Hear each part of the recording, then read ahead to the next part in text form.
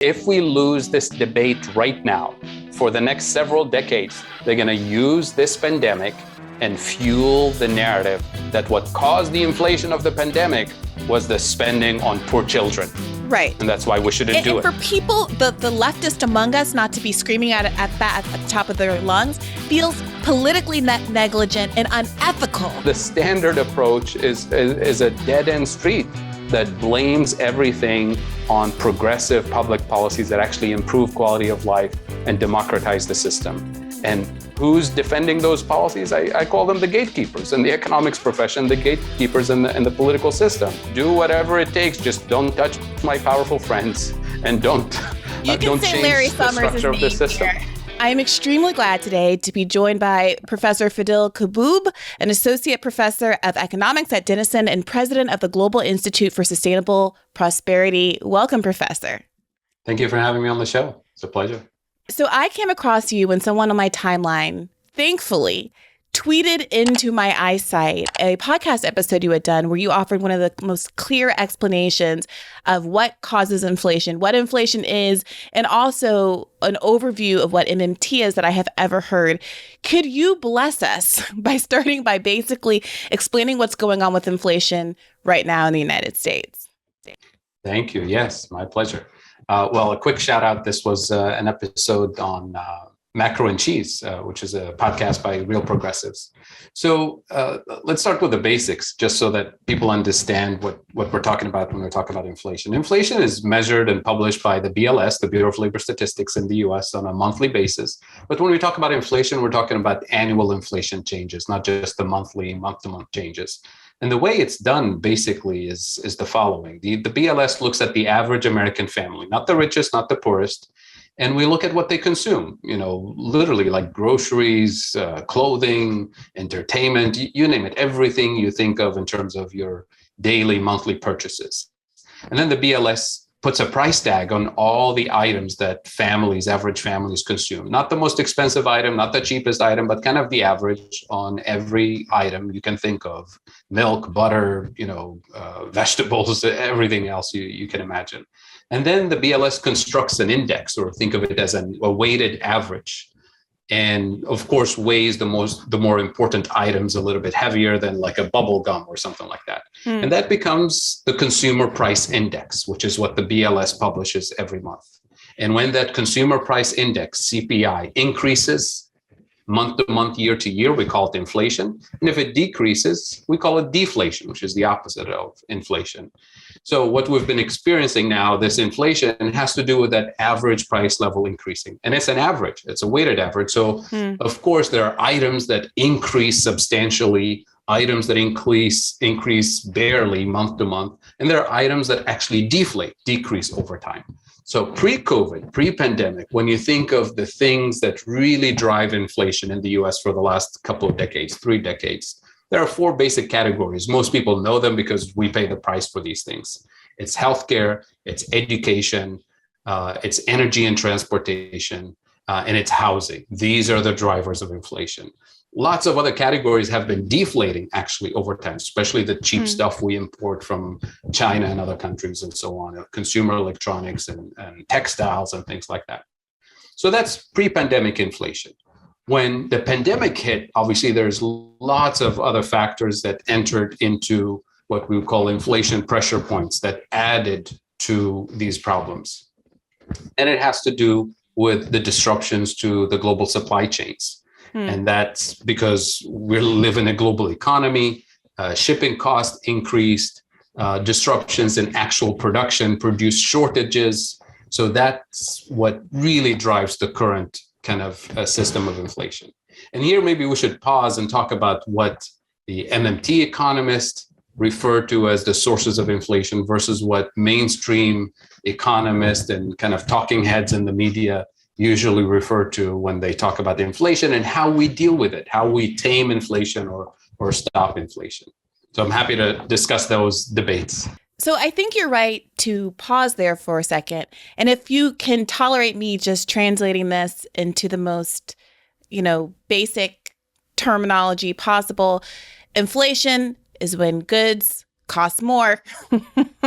And the problem is, what we're hearing every time you turn on the television, whether it's MSNBC or Fox News, is that the price of hamburger meat is over $1 more than it was before the pandemic, that the price of milk is going up, that there's an anticipated spike in rent prices. And the conventional understanding is that inflation happens when there is more supply than demand. And so therefore, people who are selling goods and services are able to raise the cost of goods and services because there are ample number of people who want to consume them. And what is happening right now is there are two parallel track conversations. There's one conversation about the supply chain and the way in which literally not being able to access goods and services because of the COVID pandemic shutting down the ability for people to import goods into the United States is causing a lack of supply. And there's this other conversation about whether or not the influx of money into the economy from COVID spending and the influx of money into people's bank accounts through COVID spending is causing people to have too much money, as it were, and drive up demand that is also causing inflation. And there is a political battle going on right now about which one of those is the primary cause. And folks who want to argue against increased government spending are on both sides of the aisle, frankly, are obviously using inflation as a reason to argue against more spending. And the supply chain conversation is, for political reasons, largely separate and apart from the conversation about is in some ways, I would say, being excluded from the narrative about what's causing inflation for those political reasons. So the first question I want to ask to you is, how much is spending, COVID-related spending, causing the rise in inflation that we're seeing right now? Very good question. So I'm on the first camp, which is basically arguing that the government spending, the pandemic relief spending, is not the cause of inflation. As a matter of fact, we need more spending, and especially more strategic spending, to tame and aim at the sources of inflation, to tame inflation pressure points. And I'll tell you why. So the economists and policymakers who blame the spending on inflation, they usually, when you ask them, well, how do you know? They refer to mainstream economic theory, and they say, we've tried this before. Look at what happened in the 70s. Look at what happened in Venezuela. Look at what happened in other countries where the government starts spending more and it causes inflation. And all of the examples that they cite are actually false examples based on false historical narratives. For example, the biggest inflation we've had in the US in the 1970s was due to the oil crisis in the Middle East. It had nothing to do with consumer spending in the US or labor unions or welfare spending, none of that. It was a political crisis in the Middle East where Arabs and Israelis were fighting a war, and the Arabs decided, you know what, we're going to use our oil supply and our control of oil supply and oil prices as a political weapon, as an economic weapon, to apply pressure on the US and the Western countries to not be so biased against the Arabs in that conflict. And when they did that, oil prices quadrupled. And oil is a basic input, as you know, in everything we produce, everything we consume, in terms of shipping, heating and cooling, energy and transportation. All the petrochemicals, from paint to hair products to everything, has oil content in it. So when those prices quadrupled, it rippled through the entire system. And of course, we had inflation in the US. And that was the moment for the political right, for the mainstream kind of neoclassical, neoliberal economists at the time to say, aha, we told you inflation is coming because of all the welfare spending and labor unions and all of that, and free college. And so they pointed the blame to progressive policies. And what did we do? Nothing. You can't address the source of inflation when it's a political conflict in the Middle East by raising interest rates and applying austerity and throwing people under the bus, which is what we did in the 70s with those policies. What ended that inflation cycle of the 70s was a couple of things. One, which is very little known fact in the US, is that Jimmy Carter actually did part of it, which is to substitute or find a substitute for imported oil by deregulating the natural gas industry to find at least a substitute in terms of heating and energy production in the US. And that, by the way, started the fracking frenzy that we deal with today. But ultimately, what really ended the inflation on a global scale was finding a political solution to the conflict in the Middle East, signing a peace accord and taming oil prices. And that's what ended inflation. It had nothing to do with labor unions or consumers or wages in the US, none of that. So today we have to understand that the actual sources of inflation, again, is not because labor unions are super powerful or wages are rising super high or the government is subsidizing consumers and people who have been neglected for decades beyond what is reasonable. There are actual sources of inflation that we can deal with. And that is, number one, ending the COVID cycles, because that's what causes the disruptions globally and creates the shortages and all that. Number two, dealing with abusive price setters in key industries. And those industries include healthcare, energy and transportation, pharmaceuticals, healthcare. But with COVID, it's beyond that. Now, every industry, especially the big oligopolists who really dominate the domestic market in the US and the global economy, they found the right excuse. Because when we have an inflation frenzy in terms of public conversation, they're saying, oh, look, there's inflation. The cost of doing business is high, so I need to cover my expenses. So I'm going to raise prices to pass it on to consumers, even when the actual cost of doing business is not going up. And we've seen this in the last few months with record corporate profits across the world, including here in the US, and the food industry and the transportation industry and beyond, and say, well, look, it's not us. It's the government spending too much. We're just trying to keep up with it, which is nonsense. When you hear those corporate calls with their CEOs saying the pricing environment has been favorable to explain their profits, which is code word for we have market power, we're going to use it and nobody's paying attention.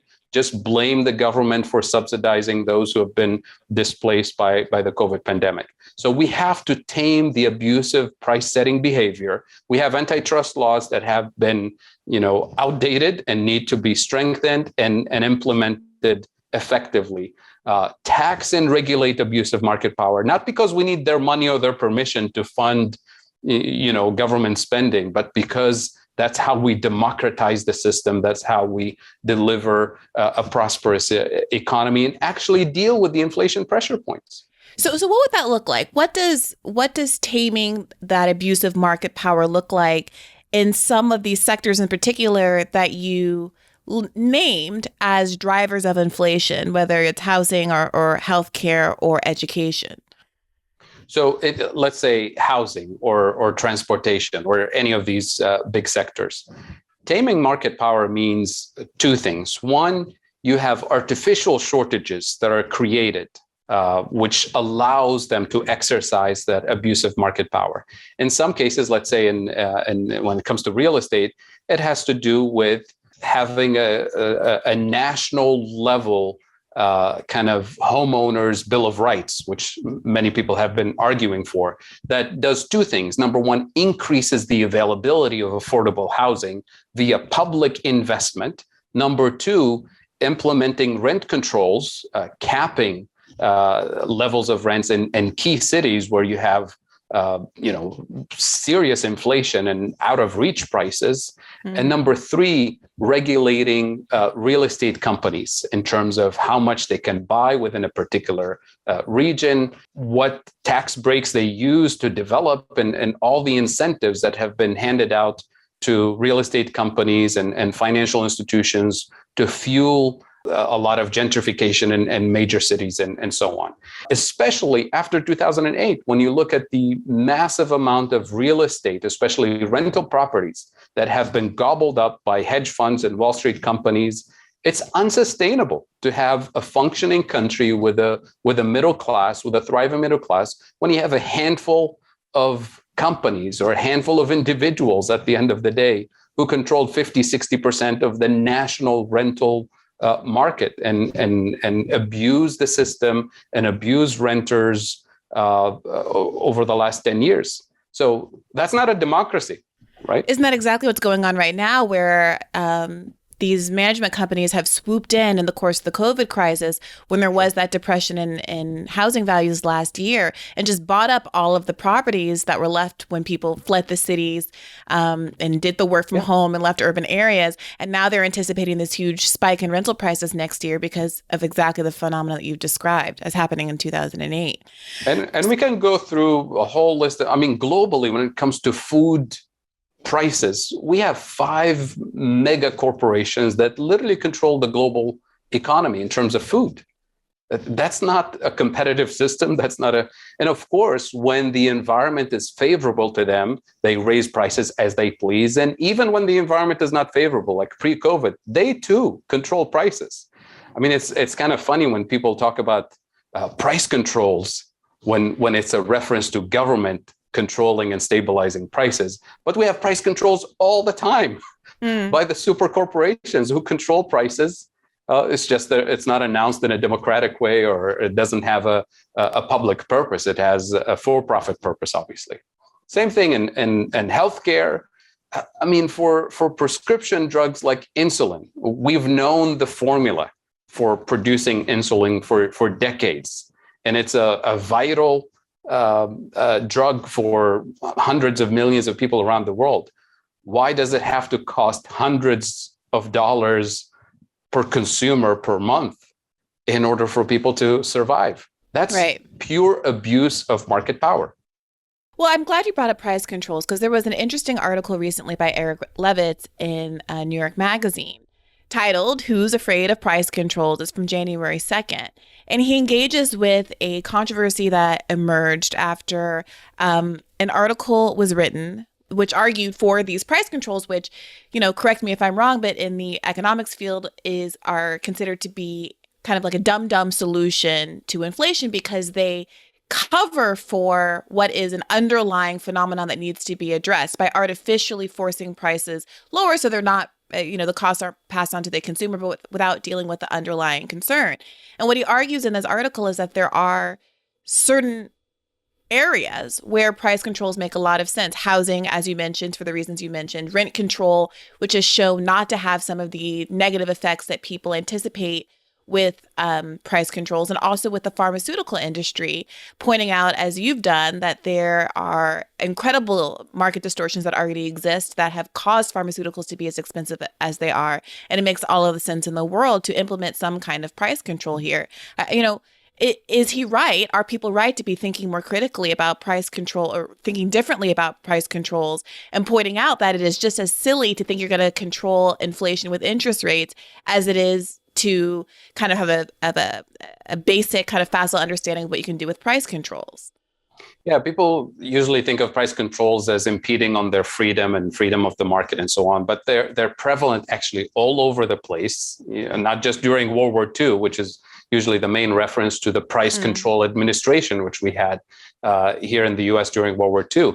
The reason it was introduced, by the way, was not because we feared kind of hyperinflation in the vaguest sense of the term, but because we had a real economic concern about all the physical productive capacity, labor capacity that we had was dedicated to producing for the war effort. And consumer goods didn't have enough workers or materials to actually produce housing or cars. We stopped producing cars during World War II. We stopped producing new housing because we used all available labor and resources. We converted Detroit, the city of Detroit, from producing cars to producing military equipment. So the concern was, if we don't have enough resources to produce cars and consumer goods, there'll be shortage of consumer goods and those prices will go out of control. And when those prices go out of control, the cost of producing military goods will also increase. So we have to manage this in order to save democracy, in order to save the system, not because we wanted to control particular corporations or control particular people's freedom. And it was temporary and it was extreme. Nobody's talking about that level of extreme control. I did see friend of the show, Matt Brunig, tweeting today that, people are so worried about the price of meat that we should nationalize one of the 4 major meat packing companies. Yeah. And it doesn't need to be a years-long effort, he says, but to increase competition. And he says simply nationalizing one of the big players would allow you to increase competition and bust up collusion in a few months. What do you make of that? Absolutely. I mean, this is what we're talking about. 4 or 5 companies that control the entire system for a particular market, whether it's meat or whether it's energy and so on. And they set prices as they please. And they use pandemics, they use economic crisis, they use the phobia about inflation to justify increasing prices. It's not because the cost of doing business is increasing. And it's not because the cost of labor, because they've been more generous to their workers. So that's what I mean by using antitrust laws. When we have 4 companies controlling the entire meat supply in the country and meat prices in the country, we have a problem. It's not a democracy. But when we talk about regulating, taxing and regulating abusive price setters, who's going to do it? It's the 535 people we send to Washington, D.C., our lawmakers, our representatives. But when those 535 people are brought to you by super PACs, funded by the price setters that we're talking about, it's not going to happen. So fundamentally, this is not a question about inflation. This is not a question about price controls. This is a question about democracy, about corruption in the system. And you can't democratize a system that's controlled by corporations and control the democratic process when it comes to electing representatives and senators who should be representing the people. We're talking about a government of the people, by the people, for the people, versus a government of the super PACs, by the super PACs, for the super PACs. That's how we tame the sources of inflation, by addressing these fundamental questions about democracy and power and abuse.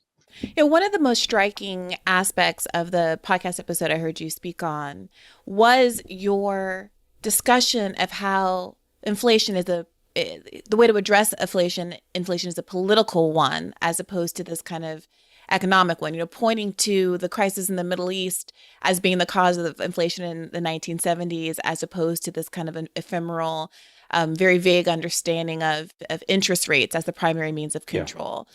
And that is a big leap for people, I think, intellectually, who have been hammered now for decades, their entire life, with this understanding of the budget as a national budget, as a kitchen table budget, as a fixed amount of money that you get that's commensurate with someone's salary that the government has to tax to spend, and that the only way to control, if you spend too much, you're going to cause inflation, and the only way to stem the tide of inflation is to raise interest rates to make it more disadvantageous to borrow and then spend, right? No, you're absolutely right. I mean, look at what the conversation is now in the US and around the world. In order to deal with this inflation episode that we're dealing with, we're going to do 2 things. 1, the Federal Reserve Bank is going to increase interest rates. And 2, the federal government, Congress, is going to spend less, right? So these are the 2 things that we're doing. And I guarantee you, this is what's actually going to increase inflation, not decrease it. And here's why. Now, if you look at the inflation pressure points that we talk about, supply chain disruptions because of COVID, market power abuse by key players in the US economy and beyond, real estate, housing, transportation, energy, all of these things. Raising interest rate does nothing to tame the abusive market power of key players. Number 2, it does nothing to address the global COVID supply chain disruptions, because we're going to keep having COVID spikes around the world with different variants and so on, and that's going to keep disrupting the global supply chain. So the Fed is completely useless when it comes to hoping that raising interest rates will tame inflation pressure points. But the second thing, which is the most important thing, when we have Congress abdicating its responsibility, thinking that the only way to deal with inflation is spend less and rely on the Fed, it's even worse than what the Fed is doing, because it's not spending strategically in the areas of the economy where we have shortages of affordable housing, where we have shortages of renewable energy capacity to produce affordable energy, when we have shortages of labor in strategic industries because Congress failed to regulate particular industries. I'll give you an example here. And all of these things mean no end in sight for the market power. And with less spending, especially globally, on taming the actual COVID source of disruptions, we're going to have more variants, and COVID will continue to thrive with more variants and more disruption. But I'll give you one example in terms of what Congress can do. Everybody's talking about the missing 80,000 truck drivers in the US as if they went on vacation and they disappeared because they're super rich and they don't care to do the work. When you talk to truck drivers, when you see why they've been fleeing ports around the US, it's because they're actually Uber drivers because we've Uberized the system. We've abused truck drivers. And with the global disruptions, it turns out that now, instead of waiting at the port for an hour or two to get your load ready to go, you end up getting stuck at the port for 8 hours, 10 hours sometimes, which means, and that's on your time. So you're losing money on that particular delivery. And that's why they're quitting. It doesn't make any sense to work and lose money in the trucking industry. But instead, what have we done? Did we change labor regulations in the US so that truck drivers can actually make a living dealing with the pandemic? No, we didn't. Even though the shipping industry globally has been laughing all the way to the bank. And here's what I mean. A container shipment from China to LA used to cost something like $2,000 a piece. Now it's $20,000, $25,000. Now, who's getting the $20,000, $25,000? It's not like oil prices are multiplied by 10 and the actual cost of doing business is increasing. It's not like they're paying their workers 5 times more. None of that. The actual cost of doing business is mostly more or less the same. It increased a little bit, but not to justify that. So that's where the market power is. Those are the people who were cashing in on this pandemic. And the truck drivers saying, we're sorry, you're not even paying me enough to actually do this work. And that's why we have this disruption. So 2 things Congress can do. One is build more productive capacity, tax and regulate the abusers in the logistics system, and make sure that the actual workers are paid decent wages, decent benefits, so that we're not passing on the burden of the pandemic on them and then complaining that they don't want to work because of the pandemic. That sounds so these great, are the kinds Dr. of things. Kaboub. So you're telling me that we need an infrastructure investment? An infrastructure bill would sound nice right now. Well, good luck there. And you're telling me we need to raise wages. Well, good luck there, because they both parties pretty resoundingly said last year that we certainly weren't even going to have a raise in the minimum wage, which hasn't been raised since 2009, much less competitive wages for people in this sector who are probably already earning above a minimum wage. And we are certainly not seemingly getting any kind of infrastructure investment beyond the bare minimum in this cycle either. So that all feels a little bit hopeless. But I want to talk to you a little bit about some of these rhetorical leaps that the left has become really comfortable with when we talk about MMT, but the mainstream is still really struggling with in this moment, because we are at a point, and you've said this, we are at a point where mainstream economists are admitting, they're saying out loud, he admitted that they don't really understand what causes inflation. We are at a place where many, many people, either because of their exposure to Stephanie Kelton or because of their exposure to the Bernie campaign, understand that the American coffers are not like a household budget and you can spend money. You can print and spend money. We are at a point where we understand that, and we're also in the middle of this global pandemic and economic crisis. And yet, the dominant narrative on TV excludes any conversation about the ability to spend. And so I want to talk about some of the rhetorical ways that there is still a resistance to MMT and spending, namely that people will say, well, of course you can't spend into oblivion. There will be inflation. And you have, and MMTers have a response to that, which is that it's not that inflation isn't possible, but you have to spend in these specific constructive ways to make sure that inflation isn't a consequence of MMT. It's not that MMT has no limits.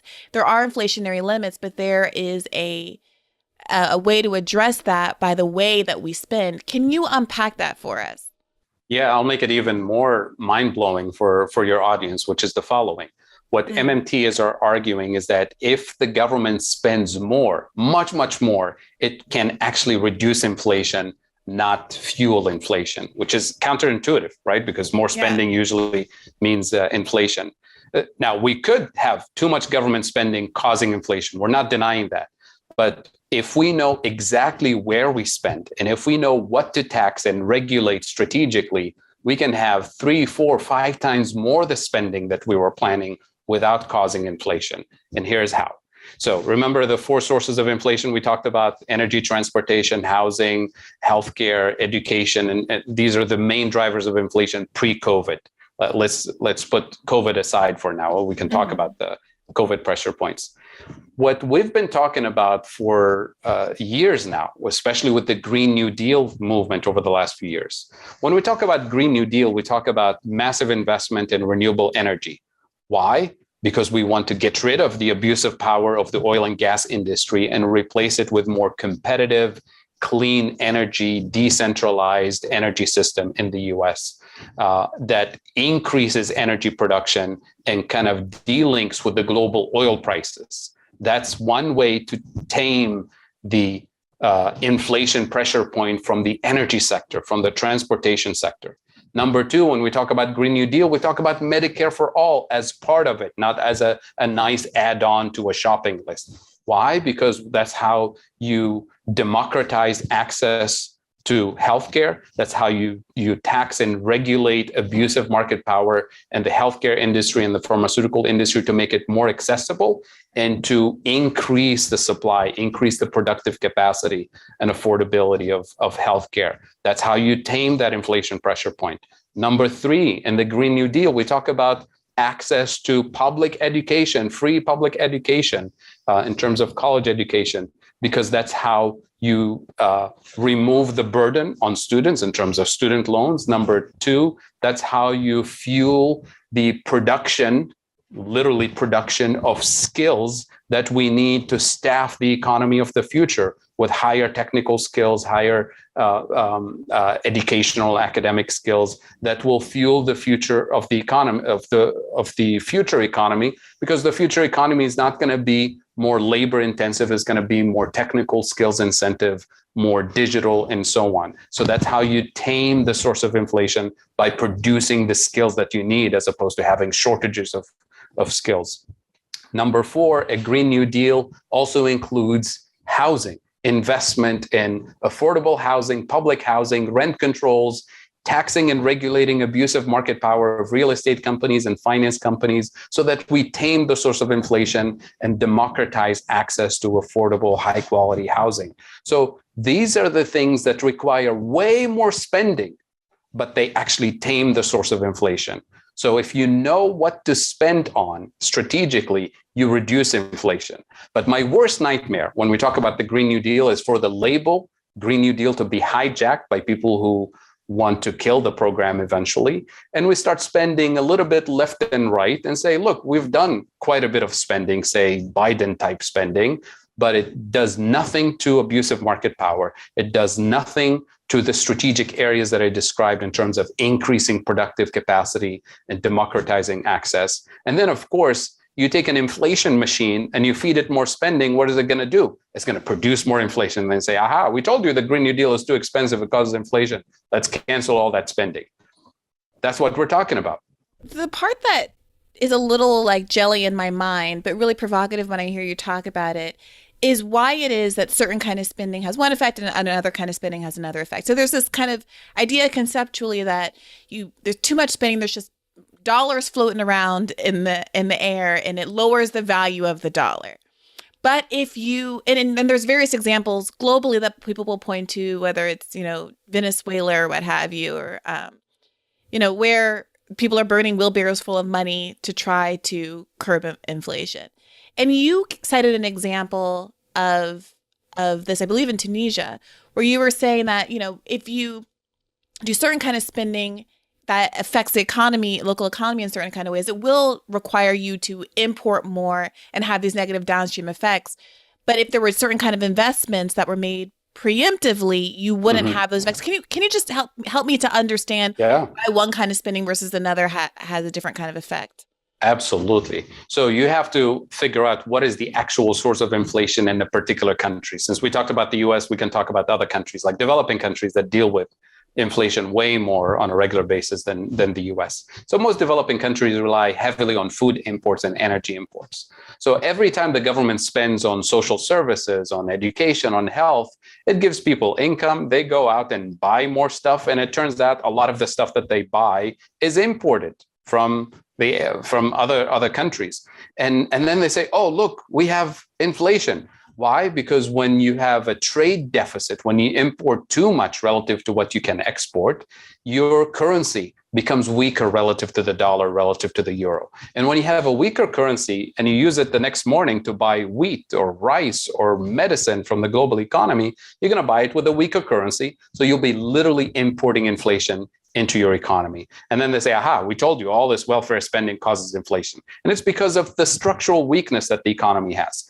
But you can spend twice as much strategically in that developing country to build up your productive capacity for food sovereignty, to build up your productive capacity for renewable energy sovereignty. And when you do that, you have more spending, more resilience, and you have less reliance on imported food and energy, which means you build resilience to that imported inflation. So it's not true that all spending will automatically cause inflation. You can have some spending that causes inflation if it's not strategic, if it's not really trying to plug the holes in your structural weakness. Same is true in the US. In terms of Venezuela, maybe I should address it really quickly here because people will immediately say, oh, Venezuela tried that and look what happened. Well, Venezuela relies heavily on oil exports. And when we imposed an embargo on Venezuela, it was very powerful, very strategic embargo that included you can't import spare parts for your oil industry, which means you literally couldn't pump oil for exports if you're Venezuela. And when you lose your capacity to export your main item, which is oil, and you have a country that relies heavily on imports of gasoline, on food, on medicine imports, and so on, you have a complete economic breakdown. So prices go up because of actual shortages, not because the government spent too much. Same thing in Zimbabwe. It wasn't because the government started printing money left and right. It was because the government tried to redistribute agricultural land away from white colonial farmers to natives, but it did it in a very unplanned way. And it gave it primarily to people who were not interested in agriculture, couldn't actually produce, in addition to a drought. So you have 50% drop in food production. So you have actual food shortage, prices go through the roof, and all of a sudden people go through trafficking networks to import food at much, much higher prices from neighboring countries. And that becomes an underground network with corruption, with police and military trafficking food into the economy. And then the government, in order to keep its control over the security system, they had to pay their officers, police officers and military staff higher wages to keep up with inflation, which did nothing to the actual shortage. You just gave a bunch of police officers and military officers extra income to go into a market to bid up prices where you have shortages of food. So those are the drivers of inflation. Is always abuse of power, economic and political breakdown, and primarily a breakdown in productive capacity, either by war or by a political crisis. That's so helpful. And the example that I heard you give before in another context was, if I wanted to spend $100 million on education, the way to do it is to spend $50 million on like pure education, and then to spend another $50 million on, food infrastructure or whatever else it is to mitigate those effects of importing goods. Yeah, I can give you an example in the US, since we're talking specifically about the US today. Let's say we wanted to spend, $100 billion today to solarize part of the grid, right? Which is an important investment. We should do it. But then we realize, this is what an MMT economist will tell you. Before you even start the spending, I can tell you exactly what's going to happen. You spend $100 billion, you pay people decent wages to do the work, and we know what the average working class, middle class family would do with a decent income. They're going to buy housing, transportation, food, entertainment, clothing. We know what we spend money on. Then what we should do is anticipate this additional new demand in food and transportation and housing and all of that. Is it actually going to overwhelm our productive capacity in those sectors? If it does, then it's going to create an inflation pressure point. Is it going to feed an abusive market power in a particular industry? If it does, then we know we're going to have inflation. So here's what we should do. Instead of spending $100 billion on solarizing the economy today, we should do the following. We should spend $100 billion to solarize the economy, and then we should spend another 50 on building productive capacity in areas where we know there's going to be shortages. Maybe it's housing, maybe it's transportation. And we should tax and regulate abusive price setters and the rental property market and the real estate market and energy and transportation market. So now we spent 150 and we have less inflation, better quality of life for everyone.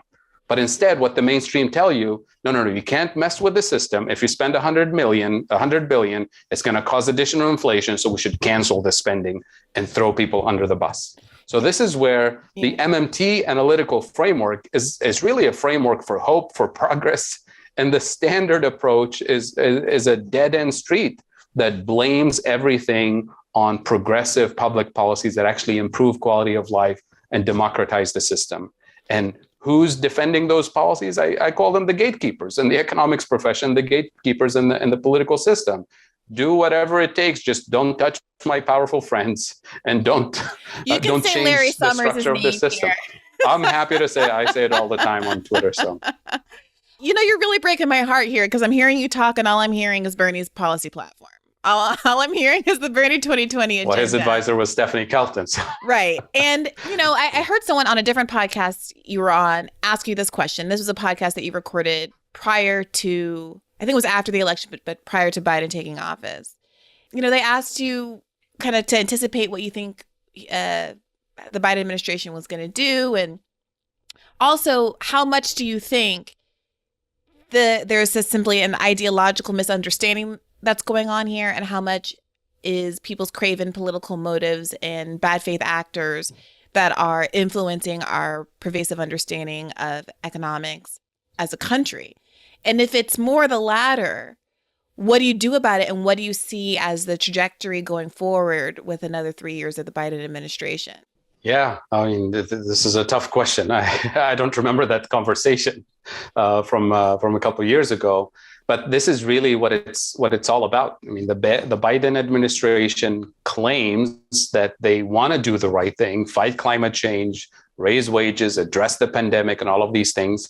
But they walk 2 steps forward, and then they stop and say, "Uh-oh, there's inflation. Uh-oh, there's," and then they concede and allow Senator King Joe Manchin to set the agenda for the whole country and throw the rest of the country under the bus. It's really the professional economists who give the justification. And it's not just Larry Summers, it's others in the mainstream who say, well, we can do a little bit of spending to do COVID relief, to do a little bit of infrastructure, but not go beyond that. Because, spending more on childcare or education or infrastructure for the most neglected communities, that will be over the top, and that will make us like Venezuela. That will make us like Weimar Republic Germany. And they start throwing these examples of hyperinflation, misleading the public about what those hyperinflation examples were about. We talked about the 1970s inflation, had nothing to do with spending. We talked about Venezuela's inflation, had nothing to do with spending. The Weimar Republic Germany kind of hyperinflation, it was the war reparations, whereby the French and the Germans, the Allies, literally took 40% of the physical productive capacity of the country and then imposed additional war reparations, financial reparations, which means you weaken the productive capacity of the country and you demand that it issues more currency to pay you. Of course, you're going to have hyperinflation in that system. It wasn't because the government went crazy with spending. Nobody tells you this was the cause of hyperinflation. They just tell you about the wheelbarrows of money and government going crazy, and that's what hyperinflation.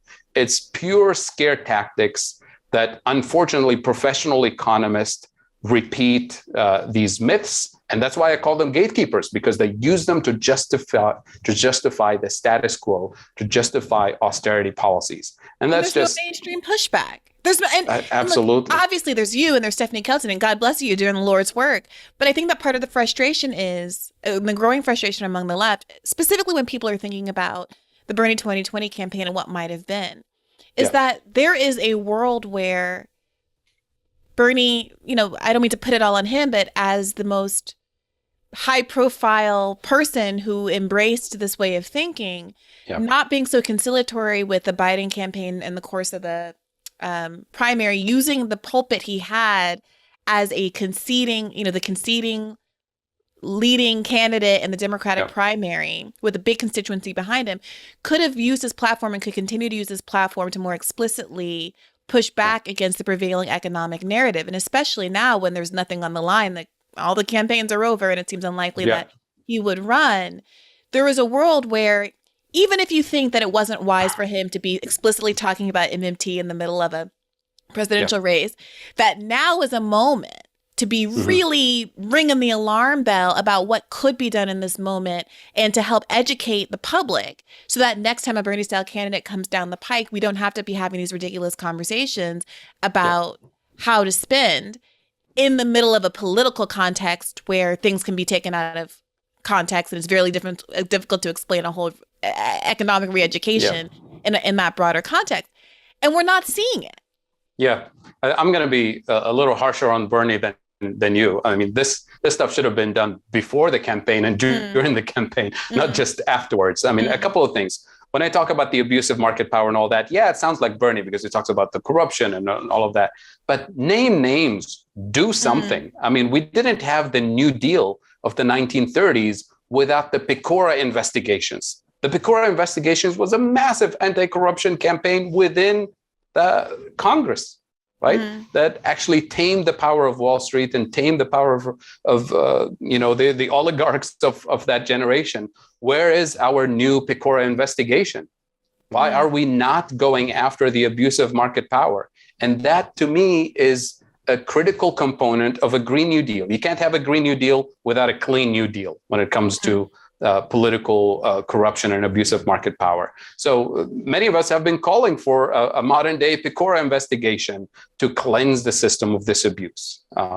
So that's number one. Number two, it's really, I mean, I don't know if Bernie completely understands the MMT framework. He kind of, he gets better and better over time.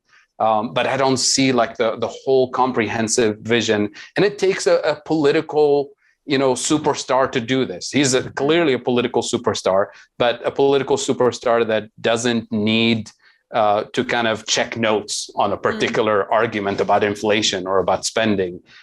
So that, unfortunately, we didn't have the full economic package with Bernie, and of course, there's lots of other factors, as you know, on the national level. The other thing I wanted to say here about inflation, it's not like the other side actually understands inflation. You referenced it earlier. They actually completely admit not knowing what causes inflation. That admission is like pulling teeth to get them to that point. Here's why. Because since 2008, the financial crisis, and that decade worth of slow recovery, all major central banks, the Fed, the European Central Bank, the Bank of Japan, and so on, all of them were trying to avoid deflation because inflation levels were so close to zero. We were trying to push inflation to a level of 2%. Anything slightly above 2% is reasonable. They tried literally every trick in the book, in the textbook, to push the level of inflation with quantitative easing, with being, comfortable with large government deficits, large government stimulus, and so on, hoping that they push the inflation level to 2%. And none of them was able to hit the target. And that's when they realized, we thought we knew what caused inflation. It's too much spending, easy monetary policy, and they did everything for 10 years and nothing worked. And that's when the Fed admitted we have no reliable theory of inflation. In other words, we don't know what caused inflation. The head of the European Central Bank, the week before he retired, he ended his term, in a press conference completely unprompted, he said, and I'm paraphrasing here, we tried everything. Maybe this is the time for European governments to consider some of the new ideas from MMT economists. And he's not my friend or Stephanie's friend or anybody's friend. He literally gave up. And yet today we go back to the same narrative of central banks know what to do. They're going to tame inflation by raising interest rates, as if that's going to work. So that's really the problem. We're kind of in a moment of potential paradigm shift in the economics profession, but it's the power structure. And here I'm talking about pure power, not in the economics profession, but in the political system. And the gatekeepers are trying to resist any alternative that escapes from that standard paradigm, from that standard kind of hierarchy of power in the political system and the economic system. And MMT is just way outside that paradigm. And MMT's narrative has been consistent and clear in explaining why we had the financial crisis of 2008, why Japan has been stuck in a cycle of deflation for decades now, and why this current cycle of inflation is happening and how we can address it. Addressing it means shaking down the political structure and democratizing the system. And that's something that the establishment and the economics profession and the political system is not interested in. They'd rather have us muddle through, throw more people under the bus, and somehow muddle through this crisis eventually, but not and your point address. And your point about Bernie is well taken, especially since, there was this really notable moment during the campaign where, surrogate Zephyr Teachout did put a finer point on that corruption point than most in an article in The Guardian where she called out Joe Biden specifically as corrupt. And Bernie then threw Zephyr Teachout under the bus, arguably, and distanced himself from that column and that language and said it wasn't authorized by the campaign, which... And it's not necessarily going after the candidate, Joe Biden, or it's going in a systematic way. Yeah, it was. Exactly. The article did frame it in those kind of systematic ways, and yet that still wasn't the tack that he wanted to take in that moment. Sure. I want to ask you about Janet Yellen because, in an earlier interview I heard of yours from, again, before Biden was inaugurated, there was some potential optimism about her being more open-minded than most to some of these progressive economic ideas. And I've heard others echo that. When we heard that it was she that was going to be appointed, a lot of people were excited about it. A lot of people on the left thought, okay, well, then Biden maybe is going to do a little bit of a good thing. This demonstrates a certain open-mindedness. Now that we're a year into it, I wonder what you think of how we should think about Janet Yellen and her role. Janet Yellen and her position as Secretary of Treasury can make a lot of problems go away immediately on her own. And this is something that MMT economists have been talking about for a decade now. And it's something that's completely legal, completely within the powers of the Secretary of Treasury, which is minting the coin. That is the $1 trillion platinum coin. And it can be $1 trillion, it can be 50 trillion, it can be 100 trillion. And it's completely legal. We've asked legal scholars at Harvard, at Cornell, other places who know this is completely within the powers of the U.S. Treasury Secretary. Here's how it happens. Just like you mint any coins that the Treasury does, like those commemorative coins and so on, it can be any denomination. It can be a quarter, $1, $100, and can be 100 trillions. And then Secretary Janet Yellen can take that coin, walk across to the Federal Reserve Bank and deposit that in the account of the U.S. Treasury. And all of a sudden, all of this concern about the deficit disappears for decades. All the concern about the debt ceiling disappears for decades. And that allows Congress to operate the way it was supposed to, which is not say, oh, where are we going to find the money to spend on this and to spend on that? Instead, we know that the money is not the problem. You have the power of the purse. What we want you to do is use that power of the purse strategically, spend in areas where we have neglect, where we have abuse, where we have shortages, and go after abusive market power as the regulator you're supposed to be.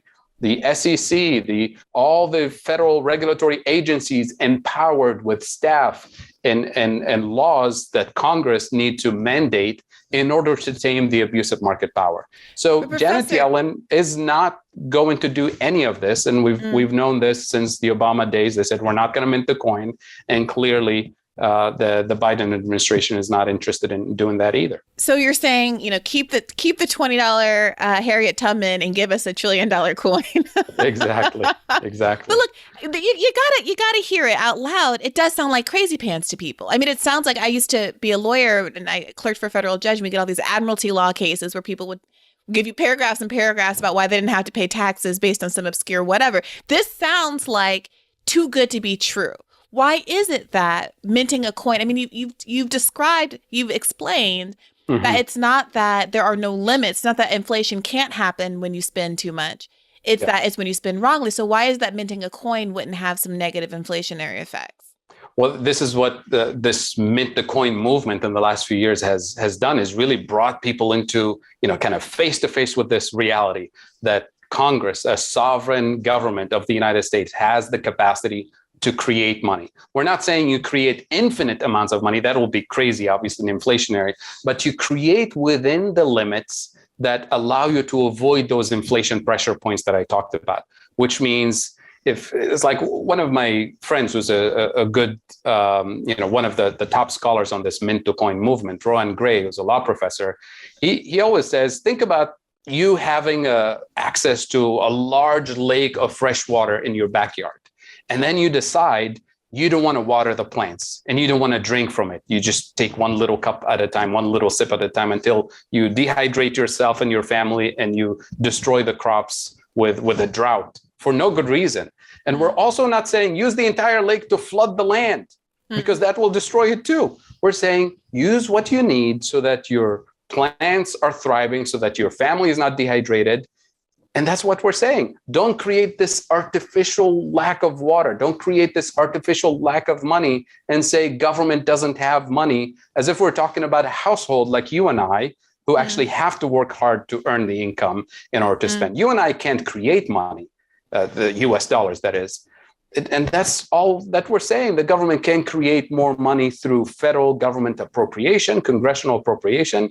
If Congress is sitting on its hands and deciding, no, we're not going to do that, we're saying the Secretary of Treasury does have the capacity to end this kind of problem by minting a coin and telling Congress, look, we have plenty of money. That's not the problem. The problem is, what do you do with it? How do you spend it strategically so that we have an equitable and prosperous economy? And that's all we're saying. And when people say this is going to cause inflation, MMT economists, by now you should know, we're obsessed with the risk of inflation. And we know what causes inflation. And that's what drives this particular kind of policy agenda, is how do we spend without fueling the existing engines of inflation? We want to break the engine of inflation by democratizing the economy, by spending strategically in these areas. And they're telling us, no, we don't have money to spend. So let's keep things as they are. It just seems so crazy to have all of these solutions right here on a platter. You can mint a coin, you can spend, you can solve all of these problems, which we've seen in microcosm, right? In the course of the COVID pandemic. We heard all of the Democrats crowing about how they were going to have child poverty. A lot of progressives were like, okay, then get rid of all of child poverty. And now we're going to see the end of the halving of child poverty now, basically, as the program expires. And it really, to me, speaks to the fact that it is not ignorance, but evil. It is evil and dangerous, actually. It's actually dangerous for the future, because if we lose this debate right now, for the next several decades, they're going to use this pandemic and fuel the narrative that what caused the inflation of the pandemic was the spending on poor children. Right. And that's why we shouldn't do it. And for people, the leftist among us, not to be screaming at the top of their lungs, the fact that I'm not hearing mint of and God bless Rashida Tlaib and the few others who are out there in this space. But the fact that I'm not hearing that every single time I turn on the news, every time I see a clip, it's about inflation. It's Joe Scarborough having a chuckle fest about how somebody with Cheeto dust in their hands, living in their parents' basement, just doesn't understand how the economy works. And it feels politically negligent and unethical for anybody with half a brain not to be making these arguments really forcefully right now, which is why I so appreciate you coming on this show and talking to us right now. The final thing I wanted to talk to you about, if I may, is education, which you flagged as one of the drivers of inflation. And we talk at length on this podcast. We just did a really important episode about the student debt crisis and whether or not this is the moment to mount a debt strike as the moratorium elapses on May 1st, allegedly. We'll see. And I wanted to ask you, because a lot of folks have mentioned, and I think are starting to figure out, the extent to which being indebted, keeping students in debt, seems to be, and not just students, mind you, but people of all ages, families who have signed for their children's debt, the fastest growing group that has student debt is seniors, and Social Security checks are being garnished at an unethical, alarming rate for student debt payments, et cetera. But that it seems almost like they're playing that as part of the way to control spending and people's market liquidity. They come just up to saying it, right? Like they come just up to saying it. Like why won't they cancel student debt? It's not because they're earning that the government needs our payments, right? It's federal debt. They can just cross it off their balance sheet. It's not like taxpayers have to pay for it. There is no reason I can think of other than they understand that it's keeping millennials from engaging in the housing market the way that previous generations have, and in spending in different ways, in a way that they can argue potentially is keeping inflation down, diminishing demand, basically. Sure. Absolutely. And I wish I had the quote in front of me. I'll send it to you later. But Alan Greenspan, I think in 94, 95, testifying before Congress, used the same argument, not about student debt, but about consumer debt in general, household debt in general, real estate debt in general, like mortgage debt. And he basically said, when workers have a lot of debt, then they're really in no position to be picky about their working conditions, their salaries, their benefits, and that keeps wages in check. And that's good for the economy. So more consumer debt serves as this buffer against, a rising working class that will demand higher wages and potentially fuel inflation. That's been a known kind of hidden strategy of the establishment to keep people in debt. And students obviously is the worst kind of debt. I mean, when people talk about debt forgiveness, I'm glad you used the term debt cancellation. Debt forgiveness is like you've made something really, really bad and we're going to forgive you for your sins. Right. We're talking about canceling the debt. If anything, we should thank students for going through education and building skills and contributing to the economy. Instead, we burden them with debt. We exclude them from the middle class for decades of their lives. And then we wonder why our economy and our society is not thriving. It's the worst thing. Yeah. Asher Taylor, who we had on the podcast, said debt forgiveness, it should be the government asking for forgiveness of keeping us in this vice hold for so long. Yeah. And this is something so critical, especially for people who talk about the robots are taking over and all of that, which is just nonsense. I mean, we've dealt with automation and robotization of the economy since the Industrial Revolution. The Industrial Revolution was about mechanizing and replacing labor with more capital. And the Luddite movement of the time, they used to go into the factories in the middle of the night and break the machines.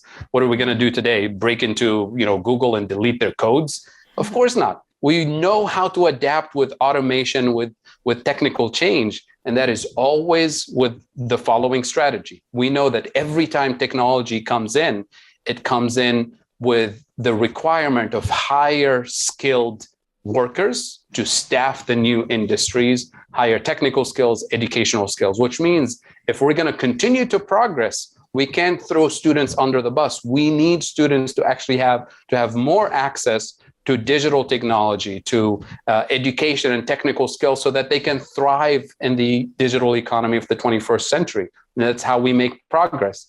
But if we exclude young people, especially in rural areas, by saying, no, you're not going to have broadband, no, you're not going to have education unless you pay for it out of pocket and borrow hundreds of thousands of dollars to go through school, then we're essentially condemning an entire generation to be excluded from the digital economy, from the future jobs that will be created in this economy, in the global economy. And that's just setting people up for failure and then dealing with the consequences ultimately. So perhaps it seems obvious, but can you just lay out as simply and briefly as possible, what is driving the inflationary effect here? Because a lot of people do point out, if you cancel student debt without doing something about the rising cost of college, we're going to be in this exact same situation, to which I and everybody who voted for Bernie says, yeah, duh, that's why we wanted to make public college free.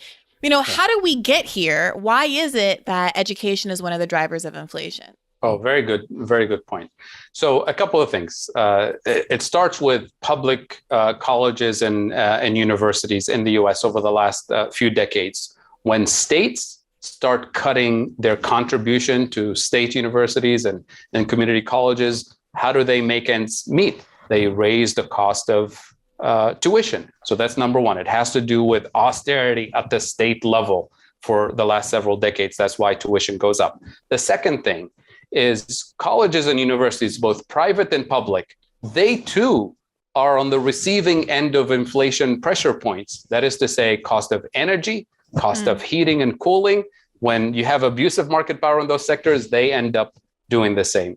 Number three, the cost of construction for colleges and universities, especially when you have private colleges building massive swimming pools and building the fanciest dorms to attract, new students and so on. To justify the higher tuition, they have to offer the more comfortable living space and gym and lazy rivers and whatever you want to call it. So cost of construction also is fed through those inflation pressure points with energy and transportation, raw materials, healthcare cost for faculty and staff, healthcare cost for construction workers, healthcare costs for everybody involved in the industry is one of the biggest burdens. That's why we always talk about. Students are required to buy into healthcare. I've heard some lower income students explaining how they couldn't even enroll because they couldn't afford the required healthcare spending to just be on campus. So less contribution from federal and state governments into state colleges and universities raises the tuition, justifies raising the tuition of private colleges, and then add the other inflation points related to cost of health, cost of energy, cost of construction, and so on. All of that has to be paid for, usually by tuition, because state universities, small colleges don't have massive endowments, don't have massive fundraising, contributors who can deliver those things. And it's just, 3 decades later, you have what we have today, an exclusive system that forces students to borrow money and go in debt for half of their adult life in order to acquire a college degree, when this should be public funded education for our benefit. It's not really for the benefit of the individuals, for our benefit as a society. We can't survive and thrive without higher educational skills, technical skills to grow the economy and create a prosperous middle class. And what about the role that kind of federally backed loans have played in the growing costs of college? They're still loans. So we're not giving grants to students to go to colleges. We're just saying you have access to loans. You still have to pay with interest. And that's part of the debt crisis. Right. That's why we have more than close to 1.5 trillion, I think, worth of student debt right now, the highest on the history of the universe that we know of. Yeah. So is it possible to have reforms that meaningfully quell education inflation without not just having public colleges and universities that are funded, but also a Green New Deal and also all of the other kinds of infrastructural reforms that we're talking about? It really does feel like you need the whole Bernie panoply at once. That's why I said the full package of the Green New Deal wasn't like the favorite shopping list of the progressive movement. It was a strategic economic plan to actually tame the sources of inflation, democratize access to vital resources, health, education, housing, transportation, and to democratize the system as a whole, because you can't do that without going after the abusive market power and control in these industries. That's why you have to have the full package. That's why we label it the Green New Deal as a single package. You don't get to pick and choose and then say, oh, well, that didn't work. Well, of course, it's not going to work if you don't address all the structural causes at once. Yeah, we need people who are talking like this. I don't see very many Democrats talking like this. And this is on one level a very clarifying conversation for me that is important. And in other ways, it's a little bit demoralizing because it is very clear that electorally, we're not going to get there. Even someone like Bernie fell short of, I think, not just that he didn't win. I mean, that's not entirely his fault, but that even in his loss hasn't been speaking in these terms as robustly as I think the moment would require. It is making me think in this moment really critically about third parties and what kind of movement could emerge that really does package these ideas in a way that makes so much sense, with an increasing number of economists like yourself that lend credibility to the economic foundation of our ability to do all of these things that are so necessary right now and so hotly desired right now. So I appreciate you and your work. Well, I don't want this to be demoralizing, but I'll add just one more thing in order to close this on a positive note. The MMT economists, we've been saying this for at least 2 decades. And, it was a handful of people at first. And even access to policymakers at the time, they'll listen to you for an hour, just like this conversation. They realize, well, that makes sense. Just like you said, that makes perfect sense. But then they say, we can't do this because the media doesn't understand it. Other politicians don't understand it. The general public, our constituents, don't understand it. So go build the critical mass of people who understand it. And then they say, and then we'll endorse it and we'll come out and do it. And my joke at the time was, if I had all this critical mass, I'll vote you out of office and have a better person. But this is what we're dealing with today. We have some critical mass in the media, in the public, in the halls of Congress, a handful of people who understand this, but we're not there yet. How did we get here and how can we move beyond this particular point is by continuing this public education, because you have to empower people with the knowledge so that they can call their bluff when they say, this is going to cause inflation, we can't afford Medicare for all. So educating, empowering, mobilizing, that's how we build a democracy of the people, by the people, for the people. I don't believe in politicians, whether it's Bernie Sanders or somebody of that caliber, kind of changing the world just because they understand what we're talking about. It's not sufficient. We need them to use their platform and their voice to empower people, to educate people, to mobilize people with the right narrative, with the right counter arguments that we're discussing here. And that's what gives me hope. We're actually getting close, but we need to continue fighting, mobilizing, organizing, and educating. Because it's not enough to have one candidate who understands the full framework and the rest of the public lost in this effort. Well, thank you for that. And thank you for the important role that you're playing to that end. Where can people find you on social media and, more importantly, more of your work? Well, I'm at Denison University here in Ohio, so you can find me online. I'm on Twitter and LinkedIn and all social media at Fadhel Kaboub. So feel free to Google my name, maybe we'll include it in the show notes. But most importantly, engage and connect with all the MMT economists, Stephanie Kelton and others, tons of progressive organizations who have been doing lots of work to promote this work, Real Progressives, Macro and Cheese podcast, the MMT podcast, and dozens of other resources that I can't remember here, but maybe we'll post in the show notes. Stephanie Kelton's Substack, Nathan Tankus, so many other organizations that have been doing this for 2 or 3 decades. And finally, we're getting some airtime with some progressive media organizations. But we need a lot more people to be empowered with this information and to push back against the dominant status quo narrative. Thank you for that. Stephanie Kelton is such a rock star that I feel like everyone's pulling her 1,000 directions. And I think it's very useful for them to be other additional names in the MMT space that people can get on their shows and spread the gospel, because I sometimes feel bad for her and the number of times that I'm in her DMs begging her to come on the show, because I know she gets a lot of requests. So thank you so much. And I hope to see you on the show again soon. To all of our listeners, a reminder that this is our Thursday free episode. You can get an additional episode of Bad Faith Podcast every week at patreon.com/badfaithpodcast for $5 a month.